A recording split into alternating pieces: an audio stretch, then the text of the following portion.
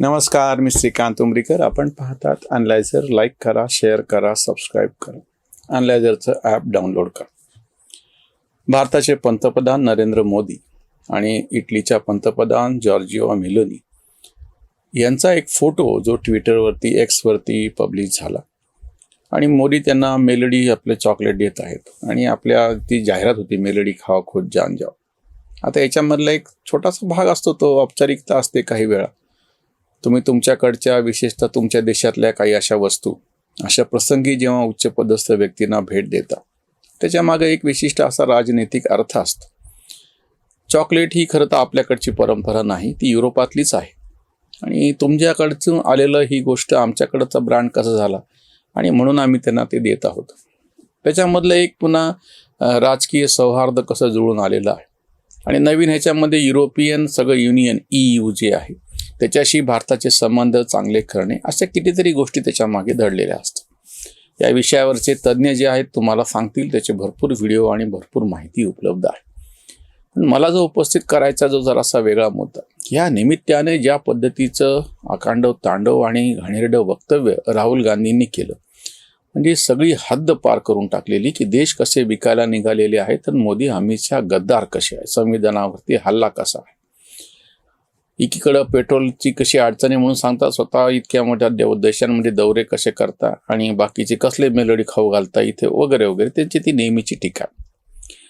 सगळ्यात महत्त्वाची गोष्ट म्हणजे यापूर्वी सुद्धा यांचे लाडके बाहुलं असलेले पंतप्रधान मनमोहन यांनी परदेशातले किती दौरे कसे केलेले, त्याच्यावर खर्च किती झालेला, इतकं करून निष्पन्न काही फारसं झालेलं नाही. त्या तुलनेमध्ये $400 बिलियन गुंतवणूक कशी म्हणजे भारतामध्ये होण्याच्या दृष्टीने मोदींचा हा दौरा 5 देशांचा फलदायी कसा झाला, ह्या सगळ्याचे रिपोर्ट सगळं समोरच चाललेले. म्हणजे आत्ताचं म्हणजे 2014 पर्यंत जे सरकार देशामध्ये होतं 4 ते 14 मनमोहन यांचं, त्या काळामधले परदेश दौरे, पंतप्रधानांच्या सोबत ह्या सगळ्या पत्रकारांचा ताफा कसा असायचा आणि असं उंची मध्य आम्हाला कसं मिळायचं, याच्या स्टोऱ्या हे जुने जाणते तथाकथित लिब्रांडू पत्रकार मोठ्या चवीनं सांगतात. खाजगीत सांगतात, जाहीररित्या पण सांगतात. ते सगळं बंद झालं, ती सगळी उधळपट्टी बंद झाली आणि आता अधिकृतरित्या देशाचा पंतप्रधान या युरोपियन राष्ट्रांच्या दौऱ्यावरती असताना तिथले करार मदार सगळ्या गोष्टी ट्रान्सपरंट पद्धतीनं समोर चाललेल्या आहेत. सध्या माहिती इतकी वाहते आहे जिकडून तिकडून, म्हणजे एक घटना घडायचा अवकाश की त्याच्यावरची एवढी मोठी माहिती सगळी उपलब्ध होते. चेक, काउंटर चेक, सगळं. सोशल मीडिया तर इतका स्ट्रॉंग झालेला आहे, जी गोष्ट मुख्य मीडिया दाखवायला तयार नाही ती सोशल मीडिया किंवा कुठलाही पत्रकार छोटे मोठे कुठूनही माहिती घुसून घेतो, काढतो, त्याचे व्हिडिओ करतो, टाकतो. असंख्य पद्धतीनं आता सगळं बाहेरच चालेल. त्या काळामध्ये राहुल गांधी सारखे काय आरोप करायला, तुम्ही गद्दार म्हणायला लागलात देशाच्या पंतप्रधानाला, की ज्याला सलग 3 वेळा लोकांनी निवडून दिलेलं आहे. बरं, इतकंच नाही, त्याच्या पक्षाचं तर 2 वेळा बहुमत होतं, पण 3ऱ्या वेळा 24 मध्ये त्याच्या पक्षाचं बहुमत नसतानाही बाकीच्या पक्षांनी त्यांना पाठिंबा देऊन त्यांच्यावर विश्वास दाखवला.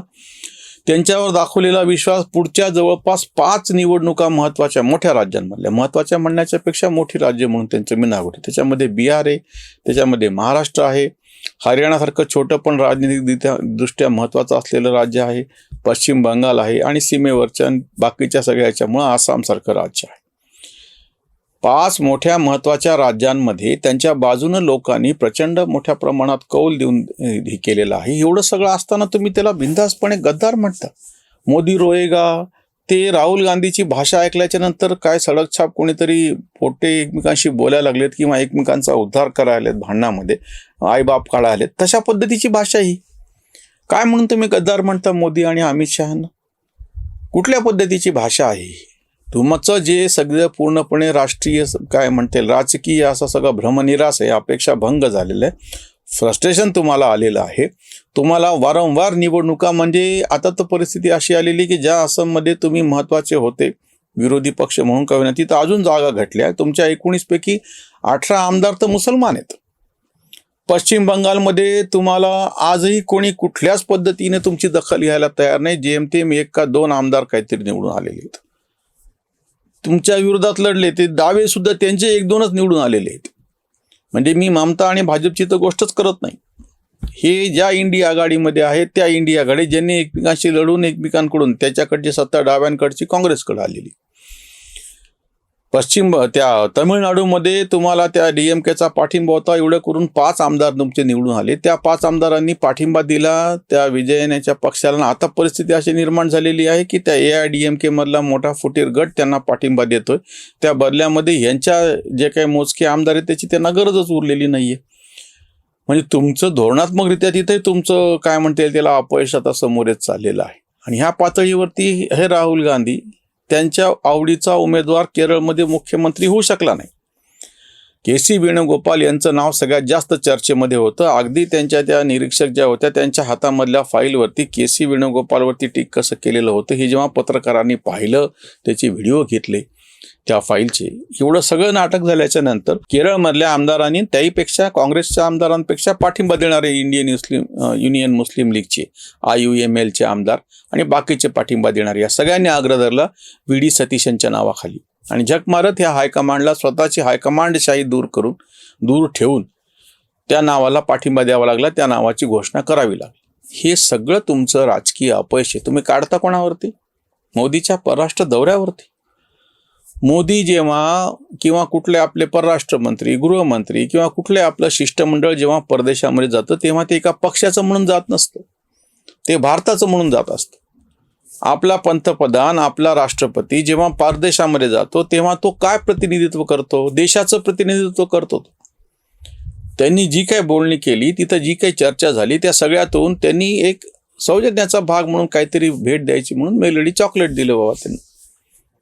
तर त्याचं किती मोठा गदारोळ करायचं? किंवा तिथल्या पत्रकार महिलेने अतिशय उद्धटपणा करून ज्या पद्धतीचा प्रश्न विचारला की जेव्हा ती प्रेस कॉन्फरन्स नव्हती, ते बाहेर पडत असताना विनाकारण प्रश्न विचारायचा, ज्याला मोदींनी टाळून दिलं. कारण की ते प्रोटोकॉलमध्ये एरवीच बसतच नव्हतं, प्रेस कॉन्फरन्सच नव्हती ती.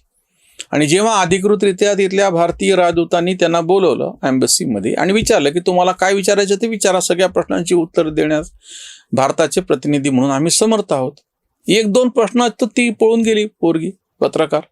म्हणजे ह्यांचे हेतूच कसे वाईट आहेत बघा तुम्ही, किती विकृत मानसिकतेनं भरलेले आहेत.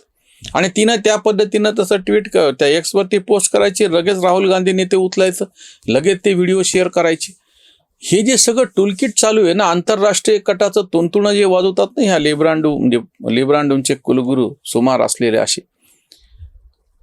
ते स्वतःच खरं तर एका अर्थाने सगळे हे लोक एका आंतरराष्ट्रीय कटाचा भाग आहेत. मोदी आंतरराष्ट्रीय कटाचा भाग म्हणून पंतप्रधान झाले म्हणणारे हे स्वतःच बदमाश हे आंतरराष्ट्रीय कटाचा भाग आहे.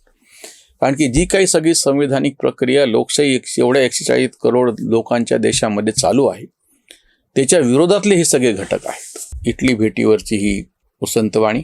मेलेडी खाताचं उडाला भडका, टीकेचा सडका सूर उठे. राहुल मोदींना म्हणून गद्दार लपवितो हार स्वपक्षाची.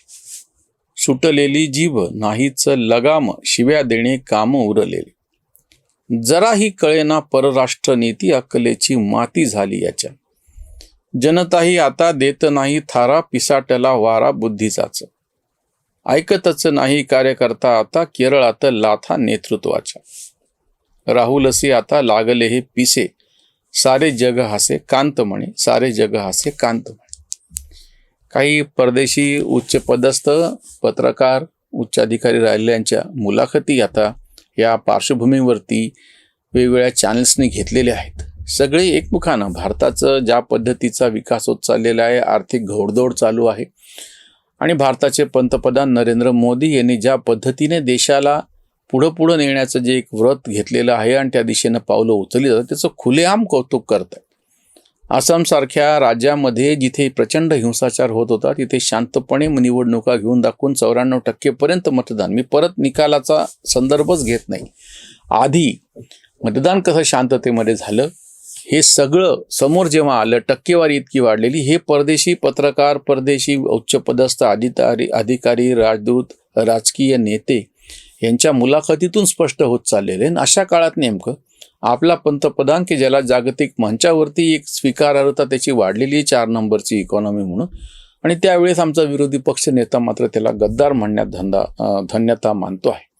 हे खरं तर लोकशाहीचेच मारेकरी आहेत. त्यांना भारताचं ज्या पद्धतीनं विकास होत चाललेला आहे तेच देखवत नाही असं आता म्हणावं लागेल.